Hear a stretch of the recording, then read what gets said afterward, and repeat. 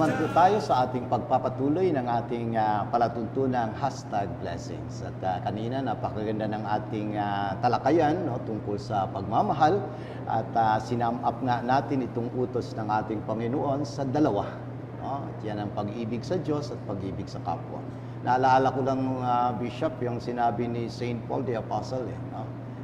Kasi nga sa istorya niya, sa tuwing siya ay nagbibigay ng sermon, ay maiksi lang po, Bishop. Sinasabi lang niya, "My dear children, love one another." Tapos na yung homily. Tapos may nagtanong sa kanya, bakit naman ganun kaiksi? At sabi ni Saint John the Apostle, kasi yan ang utos ng Panginoon. Kung ating masusunod yan, ay sapat na. Ando na lahat. Totoo yan. Kaya nga, magandang ang patuloy nating makita yung pagmumulat din ng ating mga kabataan tungkol dito sa pagmamahal ng Diyos at pagsunod sa utos ng Diyos. No? Juji, meron ka bang gustong ibahagi? Yes po, meron po akong gustong ibahagi. So, kasi ako po ngayon ay isang teacher sa high school po. So, normally po, merong mga senaryo na kunyari may nawawalan ng gamit, nawawalan ng pera. So, pag mga ganong senaryo po, di ba, usually yung mga bata hindi po umaamin. So, one time po, meron po akong student na nawalan po ng pera. Then, lumapit po siya sa akin. So, sabi na, "Ma'am, nawawalan po ako ng pera." Ganun ba? Sige. So, ginawa ko po nung una, tinanong ko muna yung mga student ko. So, sino yung huling nakakita ng pera nung ganito estudyante ko po? So, wala pong umaamin. Di ba, ganun po talaga pag nawawalan ng pera. So, hanggang nakagulo na po yung buong klase kasi nagtuturoan na po kung sino yung totoong kumuha. Then, sabi ko po sa kanila na, okay, stop muna. So, let's pray muna kung sino yung tao na yun. Then, hayaan natin na siya mismo yung usang umamin sa nagawa niyang kasalanan. So, habang nag-pray po kami noon, maya-maya po, yung bata o yung estudyante po, maya-maya po umiiyak na po siya. Then, usap po siya tumayo, then inamin niya po sa sarili niya na siya yung kumuha. So, normal po yung kasi minsan yung mga bata, kulang sa pera, kulang sa baon.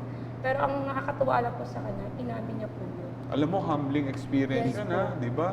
Yung ikay magpakumbaba at nilabag mo yung isang utos ng Diyos na huwag kang magnakaw, tagnakaw ka, siguro dala ng pangailangan, no? Pero tignan mo nga naman, no? Siguro pwedeng ang nangyari na lang doon, pinalampas na lang, natapos yung klase, walang umamin. Pero siguro hinipo siya ng Panginoon. Nakita niya na yung paglabag sa utos ng Diyos ay hindi makatutulong sa kanyang kaluluwa. No? At ito yung naging daan para magkaroon din siya ng parang conversion experience. No?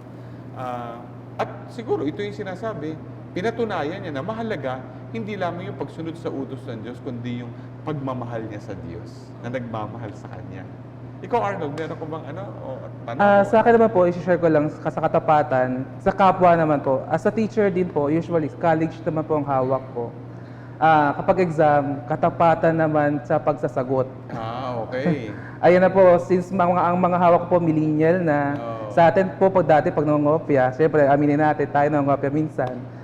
Kung baga, yung iba sa panyo, sila naman sa cellphone po. Nako, oo. Cellphone, kung wari may nagte-text, may tumawag. So sa akin naman po ginagawa ko, okay, lahat ng cellphones, akin na po, surrender po. Then hindi lang po ako ang nanonood sa inyo habang nag-exam, ang Diyos din.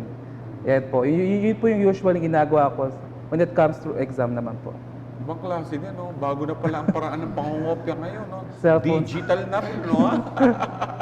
Naku, ako Ayun din po. kasi naging teacher din ako, no? Kaya sabi ko, hindi ko pa inabutan yung ganyang style, no? Ngayon pala, iba-iba na pala ang style, Dati mga sinusulat lang sa mga palad, sa mga braso, di ba? Ayun, cellphones Oo, po. kunyari, nagkakamot-kamot, pero ngayon, digital na, Pero meron ba kayong tanong, no? Na pwedeng Ako po. matugunan ko?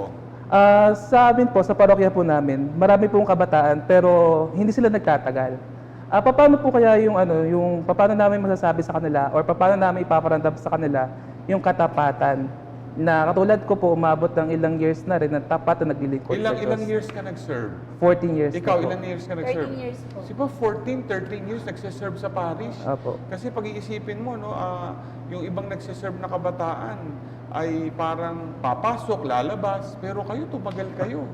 Pero maganda yung tanong na yan, siguro katulad ng pagsagot ko dati, kailangan malaman muna bakit dumadating sa buhay ng kabataan na siya ay nalilingat.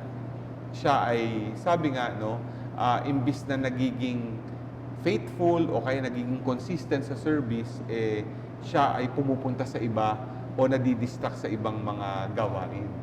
Itanong natin yun. Kasi alam mo, sa panahon din ngayon, pag nagtanong tayo, yung kabataan sasabihin din sa atin kung bakit. No? Kaya kayo, mga halimbawa, experience nyo as youth leaders, pag tinanong nyo yan, di malalaman natin, madadiagnose natin kung ano ang sitwasyon nila. Kasi pwede ding iba-ibang sagot eh. May iba na pagalitan ng magulang kasi gusto nilang mamalagi sa simbahan pero sabi nila, palagi ka na lang nandiyan, wala ka sa bahay. Hindi ka tumutulong sa bahay. Yung iba naman, no, na may nakaaway sa parokya. Tapos dahil doon, ayaw nang makita yung kaya ay nag-iba ng lugar. Iba-ibang rason eh. No? Pero sabi nga, ang hamon talaga natin, paano natin mapapanatili ang katapatan. Kaya magandang gawin ay tanungin din sa kanila. Yung tanong natin, ibato natin sa kanila. Dahil malalaman natin where they are. No? At iyan ang isang paraan kung paano tayo mamamastol. No? Very good. At least maganda yung tanong mo. No? Father Bar, mukhang Bishop, sumisignal na naman. oo nga, break po Signal muna number tayo. 2 na. Break po muna tayo, Bishop. Okay, okay. Babalik po ang palatuntunan Hashtag blessing.